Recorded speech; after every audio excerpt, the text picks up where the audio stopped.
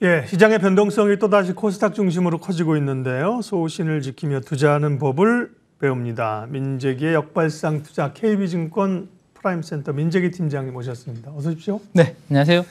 중심 잡고 소신 잡고 투자하기가 진짜 어렵습니다. 그죠? 네, 네, 맞습니다. 이렇게 변동성이 커서요.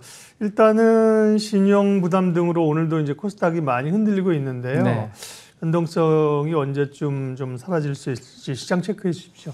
네, 우리가 최근에 이제 제가 이제 화요일마다 좀 경계감을 가지자라는 말씀을 계속 드리고 있는데 조금 뭔가 시장이 애매한 상황에서 어제는 좀 안 좋은 이슈까지 좀 만들어지면서 더욱더 시장이 좀 뒤숭숭한 그런 상황인 것 같습니다. 그래서 어제 있었던 이슈부터 정리를 좀 해드리고 그다음에 이제 4월 마지막 주기 때문에 제가 4월 마지막 주 5월 초까지는 좀 조심해야 될 수도 있다라는 말씀을 드렸는데 그와 관련해서 5월 달에 조심해야 될 몇 가지 이슈들도 좀 설명을 드리도록 그렇게 하겠습니다.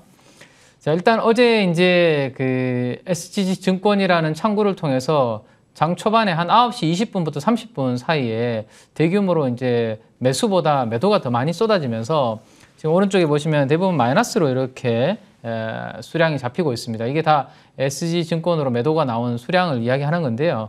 이렇게 나오면서 이제 관련된 종목들이 대부분 8종목이 하한가를 기록하는 그런 상황이 만들어지고 오늘 아침에 장 초반부터 시가부터 하한가로 또 들어간 종목들도 몇몇 나타나면서 어제의 상황이 좀 더 이어지는 그런 부분이 나타나고 있습니다.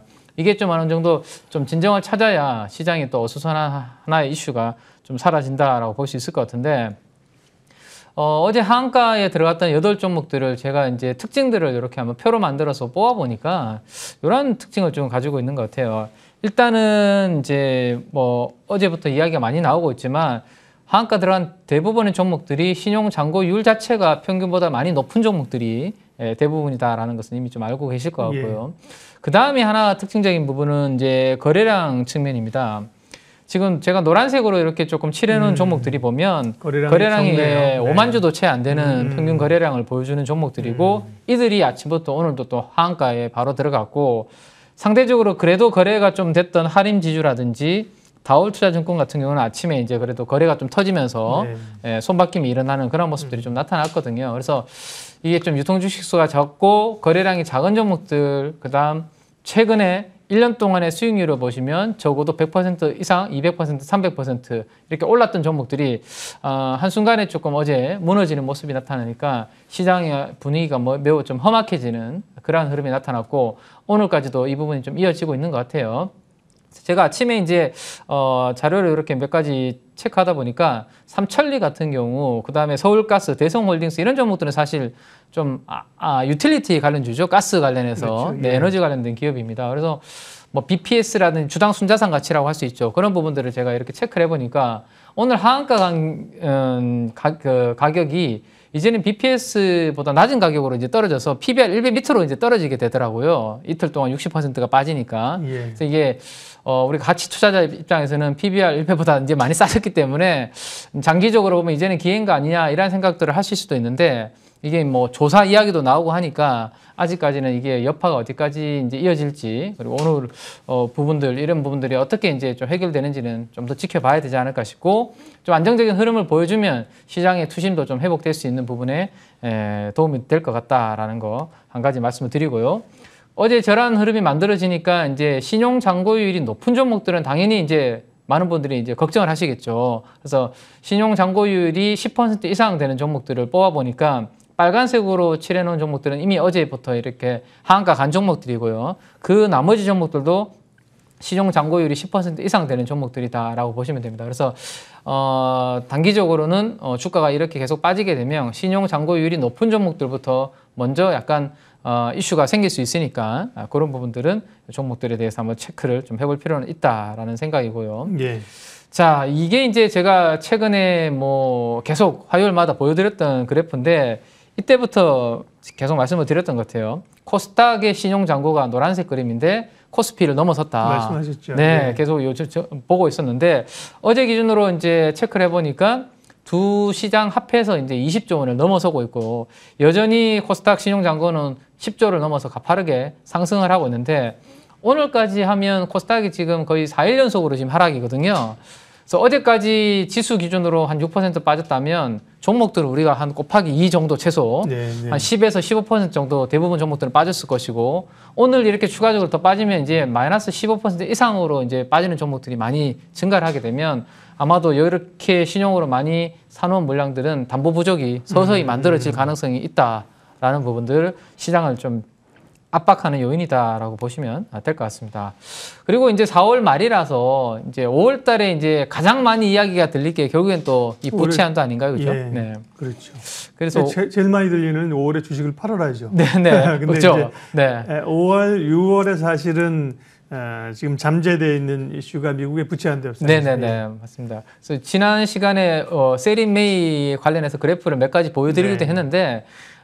그러한 이유 중에 하나가 또 여기에 될 수도 있다라는 거죠. 그죠? 그래서 지금 보시면 미국의 정부 부채가 한도에 이미 연초에 이미 다다랐기 때문에 이거를 이제 또 상향 조정을 시키지 않으면 계속해서 5월달, 6월달, 7월달, 8월 정도가 가면 조금 거의 뭐 디폴트 가까운 그런 뭐 만기가 된다라고 이야기가 지금 나오고 있기 때문에 5월달부터 7월달 사이가 어떻게 해결되는지가 아마도 중요한 이슈가 되지 않을까 싶고 미국의 부도 위험입니다. CDS는 그죠? 이게 크레딧 네. 디폴트 스왑이니까 그렇죠. 예. 네, 미국의 부도 위험이 과거에 2011년도가 한 80pp까지 1년물입니다. 1년물이 80pp까지 상승을 했었는데 그때가 미국의 신용 등급 강등 이슈가 있었고 했던 그 해죠. 그때보다 높네요. 네, 그 해보다 지금 더 훨씬 더 높게 지금 올라간 예. 상태이기 때문에 더욱더 불안감이 많이 반영이 되고 있다라고 부도 위험에 그렇게 보시면 될 것 같습니다.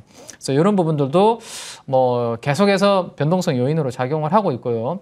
그 다음에 이 CDS라는 이런 뭐 상품을 가지고 또 트레이딩을 하시는 분들이 있어요. 그래서 이 CDS의 거래량을 보시면 최근에 8주 평균보다 훨씬 더 높게 지금은 증가하고 있습니다. 그러니까 누군가는 여기에 대해서 베팅을 좀 하고 있다라는 거죠. 그래서 이 부분도 계속해서 좀 나타나고 있는 부분이고요.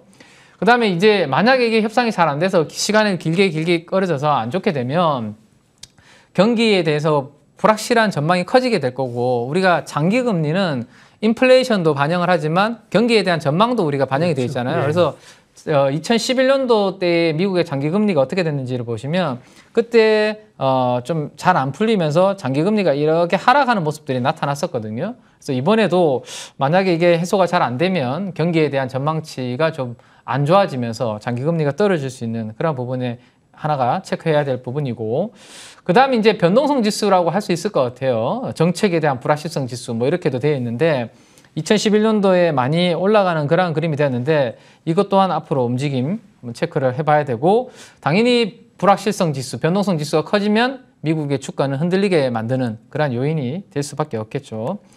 자, 예전에 이제 많이 이제 말씀드렸던 것 중에 하나가 안전한 국고채 대비해서 이 좀 신용물인 회사채 스프레드가 얼마나 벌어지는지를 가지고 위험을 판단해 볼 수 있다라고 말씀드렸는데 2011년도에 미국의 신용 등급 강등됐을 때도 이렇게 하이힐드 스프레드가 많이 벌어지는 모습이 나타났습니다. 근데 지금 보시면 아직까지 하이힐드 스프레드가 크게 움직임이 나타나지는 않고 있습니다. 그래서 가능성 정도는 우리가 염두에 두되 앞으로 잘 해결이 되면 이건 별 이슈 없이 잘 마무리가 될 수도 있겠죠. 근데 지금 분위기로서는 민주당과 공화당 사이에서 서로 날을 세우고 계속 지금 뭐 물러서지 않을 그런 모습을 보이는 걸 보면 앞으로 이 하이힐드 채권 쪽에서 스프레드 움직임은 당분간은 계속 추적을 좀 해야 되지 않을까라는 생각까지 해볼 수 있을 것 같습니다. 국내 수급도 그렇지만 미국도 또 불안 요인들이 있다. 네네네. 맞습니다. 그리고 또 뭘 체크할까요? 네.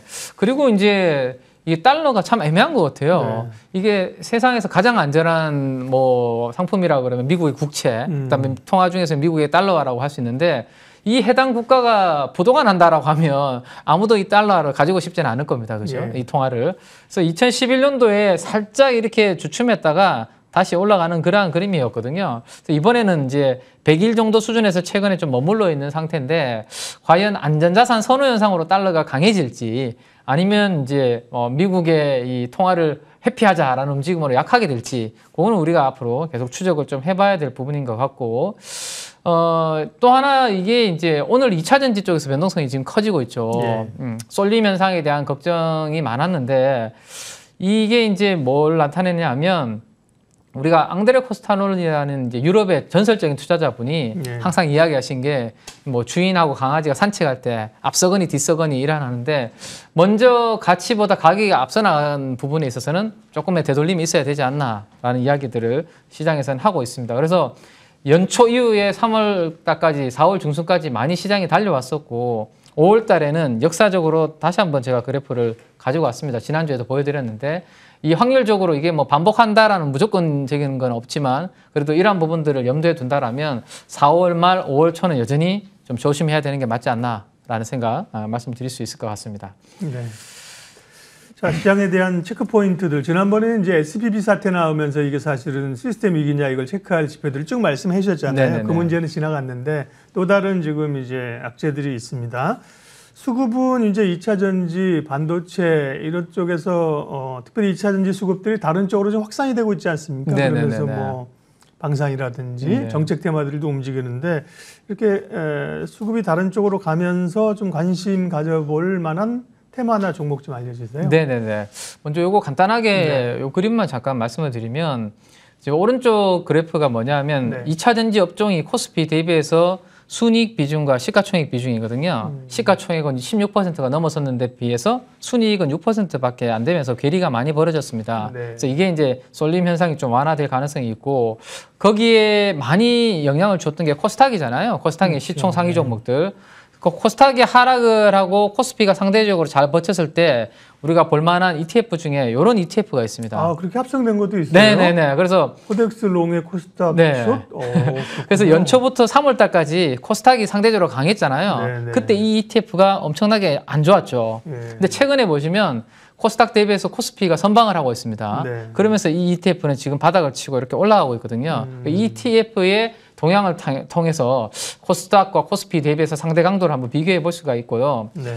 그다음 이제 좀 2차 전지에서 수급 쏠림이 좀 완화됐을 경우 제가 예전에 이제 자율주행 이야기를 해드리면서 칩셋 미디어를 한번 소개해드렸던 적이 있습니다. 그래서 어제 뭐 신고가를 기록을 하고 오늘은 좀 쉬고 있는데 여전히 자율주행 쪽은 2023년부터 본격화가 될 것 같아요. 2025년부터 대량 생산을 할 것이다라는 로드맵이 있기 때문에 올해부터 본격적인 사업이 시작될 것 같고 그러면 이제 지난번에는 우리가 반도체 칩 쪽에 칩셋 미디어를 봤다면 이번에는 민간 기업들이 R&D를 하고 캐펙스 투자를 할 때 앞단에서 먼저 수혜를 볼 수 있는 쪽이 카메라 모듈 검사 장비 쪽인 것 같습니다. 네. 카메라가 탑재가 많이 되는데 그거를 검사하는 장비를 먼저 세팅을 해야 되니까 아마 검사 장비 쪽을 보시는 게 맞을 것 같고 거기에서 전장형 쪽으로 많이 하고 있는 퓨런티어에 대해서 한번 보시면 될 것 같아요. 여기 하이비전 시스템이라는 회사가 있는데 퓨런티어의 대주주가 최대 주주가 하이비전 시스템입니다. 네. 근데 하이비전은 모바일향이고요. 퓨런티어는 전장향으로 지금 많이 증가하고 있다라고 보시면 될 것 같아요. 그래서 그런 부분들로 인해서 삼성전기, LG이노텍 쪽으로 나가는데 삼성전기가 테슬라 쪽으로 이렇게 지금 공급을 하고 있기 때문에 같이 수요가 많이 증가할 수 있다라는 거 생각해 보시면 될 것 같고 퓨런티어의 전장용 장비 매출은 앞으로 점진적으로 계속 증가하면서 올해는 턴어라운드까지 예상이 됩니다. 최근에 투신 쪽 중심으로 이제 수급이 강하게 들어오고 있는데요. 투신과 기관 투자가들의 수급 흐름을 이제 보면서 트레이딩을 좀 참고하시면 좋을 것 같습니다. 예, 흔들리는 시장, 어떻게 시장을 볼 것인가, 민재기의 역발상 투자, KB증권 프라임센터 민재기 팀장님 함께해 주셨습니다. 고맙습니다. 네, 감사합니다.